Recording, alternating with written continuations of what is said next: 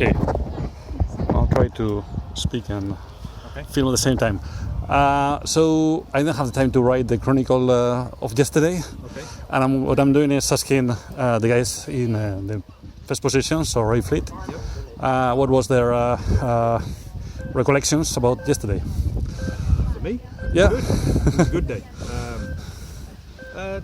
I find it difficult in the morning to get used to the course, especially on the right-hand course. The breeze was a little bit one-sided, and it's just very difficult picking your lay line into the windward mark, avoiding the pile-ups and the collisions, so I was a little bit too hesitant sometimes.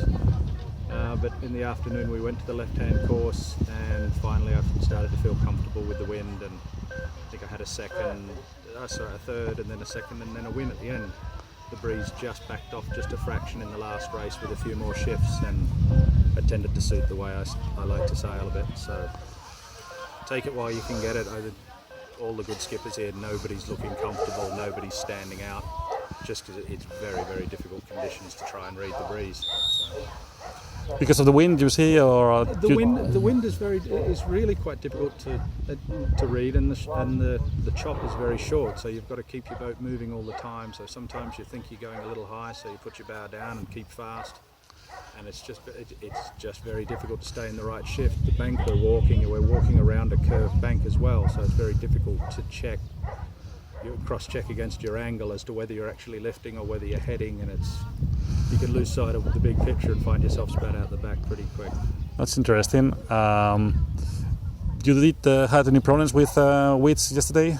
Yesterday in one of the races early on, I got some in the first race, but the latter races in the afternoon was fine. It was better than the day before. So I think some others had some weed at different times, but it was definitely a lot clearer yesterday. I was a bit more about racing. So. Good. I've seen that Bantok and Juan Marcos Egea were back in A Fleet. Interesting. Well, you can't keep quality down, can you? I mean, GB, you know that as soon as he gets his boat back up to speed, and as soon as he starts to feel comfortable, he's going to be at the front end of any fleet.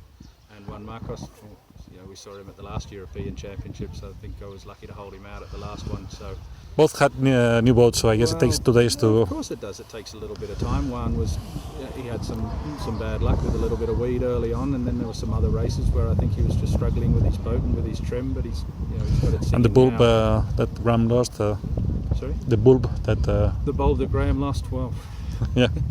A bit of a strange occurrence for Graham. I don't think he would have ever had that happen before, but these things happen, and he's got another fin in the boat, and he's put his head down. He's a professional, so he gets on with the job, and he doesn't let that kind of stuff worry him. If you did, you'd be looking for the nearest noose and the nearest tree. Okay. So there's a number of new boats, and we spoke about that a couple of days ago. Have you seen anything interesting you want to test? The Aqua has a funny. Yes, there's some different ideas, and that's great. That's the best thing about this class. People can go and experiment. They can do different things. I mean, the guy who's designed Guillermo Beltri's boat is Mr. Ciccarelli from Italy. I mean, he's an America's Cup designer with that class, and he's got great experience. And that's the great thing about this class, But did you see any details that designers can come in and have a go? Have I seen some things that I like? Well, you always keep an eye on things. I mean, if you'd ask me flat out, if I was to buy something other than a Britpop, I'd have to scratch my head. But I don't think you go too far past the V9 and the Cantons as other very, very good boats in the fleet at the moment. But we'll see. The next 12 months tell the story. Okay, thank you very much.